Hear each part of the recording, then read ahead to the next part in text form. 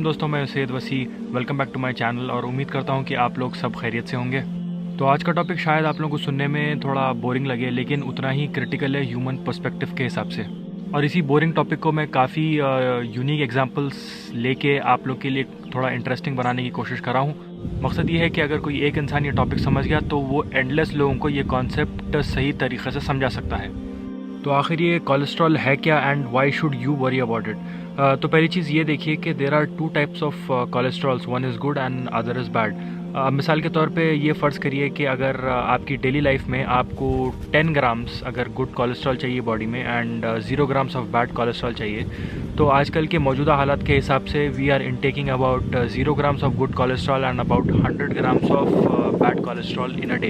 ये एक एग्जांपल के हिसाब से मैं आपको समझा रहा हूँ। तो ये कोलेस्ट्रॉल आखिर है क्या? तो अगर मैं आपको काफ़ी इजी लैंग्वेज में समझाऊँ तो कोलेस्ट्रॉल हर किसी के ब्लड में ऑलरेडी मौजूद रहता, लेकिन बैड कोलेस्ट्रॉल एक ऐसी चीज़ है जो आपके ब्लड फ्लो को अफेक्ट करता। अब मिसाल के तौर पे फ़र्ज़ करिए कि अगर किसी का नॉर्मल ब्लड अगर आप सिरिंज में 10 to 20 ml निकालें और उसको इंक्लाइन सरफेस के ऊपर डालें तो it will flow downwards just like milk. तो अगर किसी का बैड कोलेस्ट्रॉल वाला ब्लड लिए एंड उसको वही इंक्लाइन सरफेस पे डाले तो it will flow like oil. तो इसके क्या बैड इफ़ेक्ट्स और इल इफ़ेक्ट्स है बॉडी के ऊपर, तो ये मैं आने वाले आपको 2 एग्जांपल्स में क्लियरली मेंशन कर देता हूँ। तो एग्जांपल 1 में हमारे पास एक सिंपल वाटर पंप। तो इसका प्राइमरी काम ये है कि नीचे की स्टोरेज टैंक से पानी को लेके जाके ओवरहेड स्टोरेज टैंक में डिपॉजिट करना। तो आप लोग अभी जो वाटर पंप देखे उसका जो मेन फंक्शन है वो है बस वाटर पंप करना।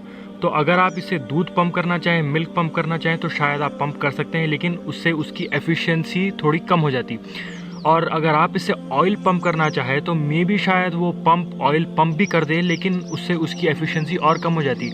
एफिशिएंसी के माने ये है कि मिसाल के तौर पे अब अगर वो पंप वाटर पंप करे तो 1 घंटे में अगर 100 लीटर्स ऑफ वाटर पंप कर सकता है, तो अगर आप वही उससे दूध पंप करना शुरू करें तो शायद 80 लीटर्स पंप करे। और अगर ऑयल पंप करना चाहे तो शायद उससे 50 litres of oil he pump हो। तो बोलने का मतलब ये है कि जब लिक्विड की थिकनेस यानी विस्कोसिटी जब बढ़ जा रही तो इससे वो पंप यानी मोटर के ऊपर ज़्यादा इफेक्ट पड़ जा रहा, ज़्यादा प्रेशर पड़ जा रहा, इससे उसकी एफिशिएंसी कम हो जा रही। तो एग्जांपल नंबर 2 में ये है टोयोटा। डीजल इंजन है। कुछ एक्सपर्ट्स ये बोले कि ये गाड़ी की लाइफ एक्चुअली 5 लाख किलोमीटर्स है, लेकिन यूजुअली लोग उतना चलाते नहीं हैं। एंड 5 लाख किलोमीटर्स इस बेसिस पे है कि अगर आप लोग गुड मेंटेनेंस करें। लेकिन अगर यही गाड़ी का अगर गुड मेंटेनेंस मतलब तरीक़े से मेंटेनेंस नहीं किया गया तो आई हैव सीन के टोयोटाज़ के engines about 1 lakh 2 lakh kilometres पे ओवरहॉलिंग के लिए ओपन हो गए। तो अगर इंजन ओवरहॉलिंग के लिए ओपन हो जा रहा है तो it is as good as half dead. तो पंप का एग्जांपल दिखा के आप लोग को समझाना ये था बेसिकली कि अगर आपके ब्लड की विस्कोसिटी चेंज हो गई यानी थिकनेस चेंज हो गई बैड कोलेस्ट्रॉल की वजह से, तो इसका प्रेशर इनडायरेक्टली आपके हार्ट के ऊपर पड़ता because it is pumping the blood. तो जब बैड कोलेस्ट्रॉल का thick blood when your heart is pumping तो इससे ऑटोमेटिकली उसकी एफिशिएंसी कम हो जाती। तो अगर हार्ट की एफिशिएंसी स्लोली कम हो गई तो it will eventually lead to an heart attack. उसके बाद बाईपास या फिर ओपन हार्ट अगर हुआ तो it will be as if your heart is half dead, जैसे कि मैं एग्जांपल नंबर 2 में आपको दिखाया।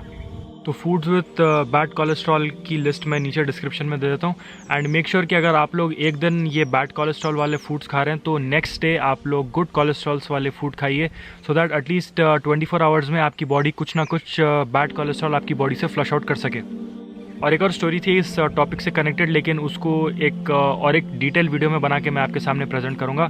तो इजाज़त दीजिए, इंशाल्लाह ताला आप लोग से फिर मुलाकात होगी। तब तक के लिए अपना ख्याल रखिए, नेकी की दावत देते रहिए और लोगों को बुराई से रोकते रहिए। मैं हूँ आपका दोस्त सैयद वसी। आज के लिए बस इतना ही। अस्सलाम वालेकुम वरहमतुल्लाहि वबरकातुहू।